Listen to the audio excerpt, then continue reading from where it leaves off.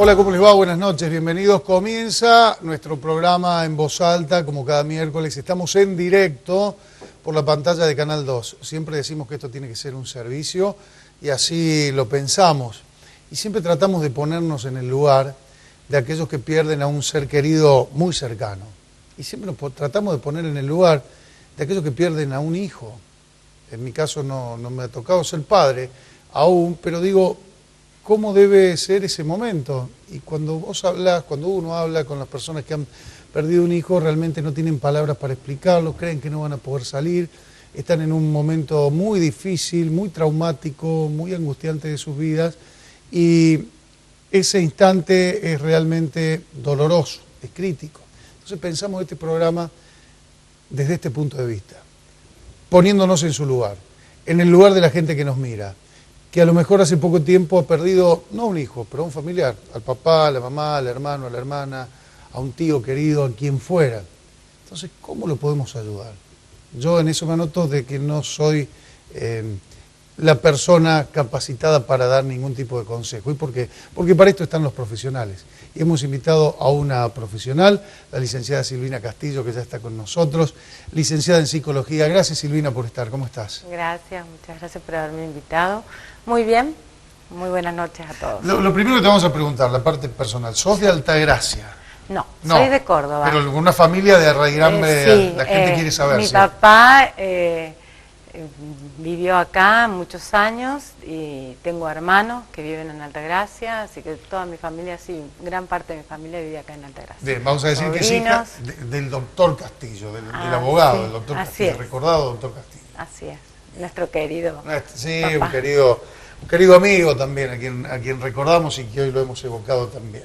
Bueno, vamos a contarles quién es nuestra invitada de hoy, que es licenciada en psicología y a quien hoy estamos presentando para que ustedes conozcan la trayectoria de nuestra querida Silvina María Castillo. Tiene un posgrado en teoría y técnica de psicoterapia psicoanalítica, es diplomada en psicología bariátrica, año 2018 en México, tiene una diplomatura en la Universidad de Belgrano, hecha este año, es jefe del Servicio de Salud Mental del Sanatorio Allende Cerro, coordinadora del Servicio de Salud Mental de Cirugía Bariátrica, miembro del equipo multidisciplinario de cirugía bariátrica del Sanatorio Allende, miembro de la SACO. ¿Qué es la SACO, doctora? Es la Sociedad Argentina de Cirugía de la Obesidad. La coordinadora del espacio de terapia grupal del Sanatorio Allende Cerro, es psicoterapeuta adolescente de adultos y es psicooncóloga. Hoy nos está acompañando. La primera pregunta es, ¿qué nos pasa cuando perdemos a un ser querido? Bueno, yo creo que lo primero que nos pasa es que nos atraviesa la vida, ¿no? A partir de ese momento no somos la misma persona, o sea, es un dolor muy grande, es un dolor que como familiares de la pérdida de ese ser querido, bueno, realmente vivimos es un proceso, no es solamente una situación, o sea, al principio es un proceso que, si quieren, ya vamos a ir hablando cómo es el proceso de duelo, pero no es solamente la situación de la pérdida. Es un dolor tan grande que nuestra vida no tiene un antes ni un después, es como si se paralizara. Cuando uno trabaja con familiares de pacientes que han perdido un ser querido, es recomendable, muchas veces uno puede dar pautas cuando recién sucede la situación de la pérdida, pero siempre es un poquito recomendable que haya pasado unos días de reacomodo para poder pedir ayuda profesional, ¿no? Me parece que sobre todo esto, yo quiero hablar sobre todo esto de cómo es el proceso. Al principio, cuando perdemos un familiar o un ser querido, hay un estado de shock. uno no comprende qué es lo que pasó, no entendió, no entiende. Es como un mecanismo defensivo que tenemos los seres humanos ante esta situación que realmente nos atraviesa, ¿no? Después viene un periodo de negación. Ese periodo de negación es un periodo que puede durar mucho más tiempo del que nosotros nos imaginamos. Es esto de muchas veces verlo en otros lugares, al ser querido, creer que nos habla. Bueno, hay un estado de negación de la situación de que no está más. A ver, ya vamos a ver si es la diferencia entre una muerte repentina y una muerte esperable después de una enfermedad. Por ejemplo. Pero este proceso de negación es un proceso donde la persona no arranca todavía, no entiende lo que pasó, por más que ya pasó el tiempo, por más que ya estuvo el proceso, el ritual que en esta sociedad occidental utilizamos, como es muchas veces el velorio, el entierro, cremación, y en lo que crea esa familia o esa persona, más allá de eso, sigue en esta etapa de ya va a volver, o tener estas situaciones de, ay, voy a hablar por teléfono, me va a contestar, o sea, esto de no poder creer lo que ha sucedido. Y muchas veces es lo que nosotros denominamos un proceso de negación. Cuando vos me decís, doctora, en esta etapa de negación, la persona lo ve, cree que le habla, lo escucha, ¿es una característica de esta etapa eso?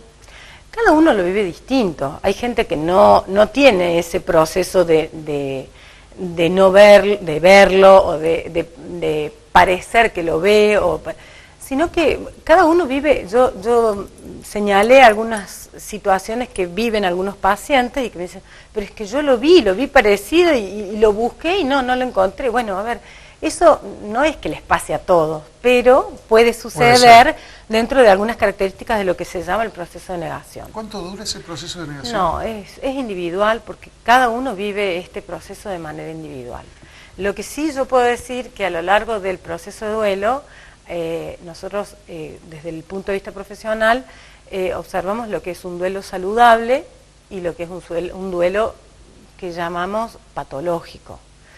Si nosotros nos quedamos en alguna de estas etapas del duelo, probablemente no podamos resolver saludablemente este proceso.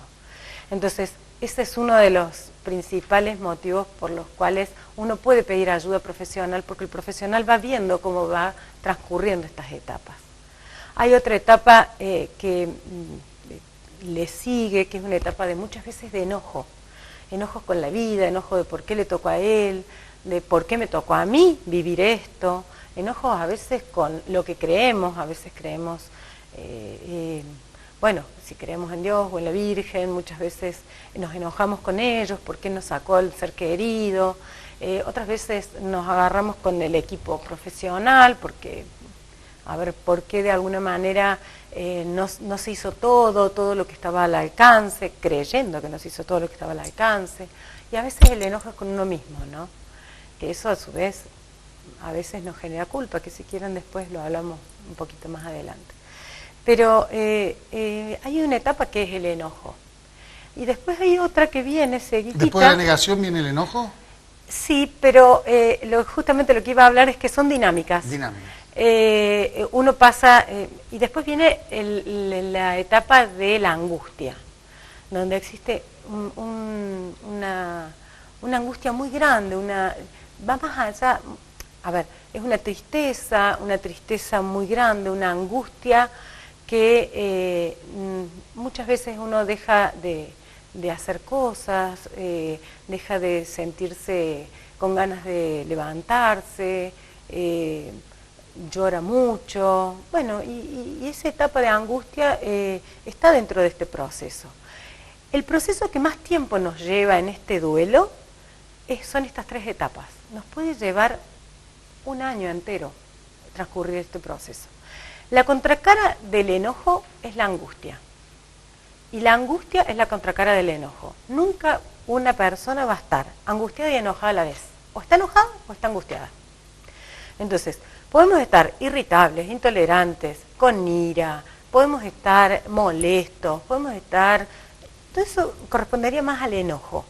Ahora, cuando estamos angustiados, podemos estar con miedo, con temor, con extrañar, con melancolía, con recordar algunas situaciones o vivencias de manera permanente, pero nunca van a estar juntas, siempre son contracara. Entonces, o pasamos de un periodo del enojo, o pasamos del periodo del enojo, o pasamos al periodo de la angustia. Y muchas veces es tan grande la angustia que volvemos a la negación, volvemos a negar. Cuando volvemos a arrancar, a caminar en el día a día, pasamos al periodo de angustia o de enojo. Y así, entonces en ese es muy dinámico y no nos tiene que preocupar cuánto tiempo estamos, ni tampoco es estático, uno pasa al otro. Son parte de las etapas del proceso. Individuales. Son individuales. ¿Sabes qué noto, doctora? Te voy a tutear, sí, si no te molesta. Veo un brillo en tus ojos también cuando hablas de esto, porque también advierto que tenés alguna emoción al referirte a estos temas, a pesar de que sos una profesional. Bueno, lo he vivido personalmente, al fallecimiento de mi padre, un hombre muy joven, falleció por una enfermedad, y también creo que desde lo personal también puedo vivir, al haberlo vivido, entiendo que como familia lo vivimos también distinto. ¿Por qué? Porque, por ejemplo, una de mis hermanas tenía 21 años cuando papá fallece, y yo estaba casada, con hijos grandes, y pude comprender más, de alguna manera, que él no iba a tener otras posibilidades. Entonces, por ahí no quería verlo sufrir, no quería ver ese deterioro del ser. Pero mi hermana, que era chica, que era muy jovencita, ella quería tener su papá, tenía 21 años. Entonces, uno vive esa etapa en procesos distintos, desde la individualidad.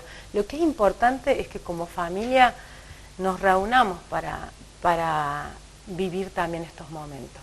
O sea, de nada sirve alejarnos, de nada sirve crear muros entre nosotros, ni menos desde lo personal, cuando hay bienes en el medio, dinero, yo creo que este proceso se vive más fácil si se vive en la familia. Algo me dijiste mientras intercambiábamos algunos mensajes en la previa de este programa, que la gente sepa que uno no está solo o que tiene que estar acompañado, palabras más, palabras menos. Sí, creo que son procesos que se viven desde lo individual y desde lo familiar también, o desde lo social. También hay un momento en donde uno está bueno que esté solo, porque es un proceso donde, es como siempre digo, la estantería se viene abajo. Y a partir de ahí uno se tiene que rearmar nuevamente y ver qué libro significativo, quiere volver a poner en esa estantería. ¿Qué quiere decir? ¿Qué afectos quieren que esté? ¿Qué personas quiere que acompañen en este proceso? ¿Qué adornos queremos tener en esa estantería? O sea, probablemente no eran los mismos que antes, porque no volvemos a ser los mismos. Hay algo que nos cruza. Volviendo un poquito al duelo, porque no quiero quedarme en esa etapa. Te pido, ¿hacemos una pausa? Sí, dale. Y te transmito un mensaje. Sí. Nos acaba de llamar Raúl Ortiz, a quien conocemos. Hace más de 30 años perdió a su hijo de 10 años, a quien también conocí, y que también formaba parte de ese grupo de niños que jugábamos en Barrio Norte. Era Fernando ese niño, me acuerdo. Y yo le agradezco a Raúl que tenga la valentía de llamarnos y contarnos esto. Dice, hace más de 30 años perdí a mi hijo de 10 años. Ese dolor no se me irá jamás. Saludos a la invitada, muy interesante el programa. Bueno. ¿Qué tenés para decir? ¿Qué tengo para decir? ¿Qué le decís a Raúl sobre todo? Bueno, yo creo que la muerte de un hijo es lo más difícil que tiene que transcurrir el ser humano. No es natural,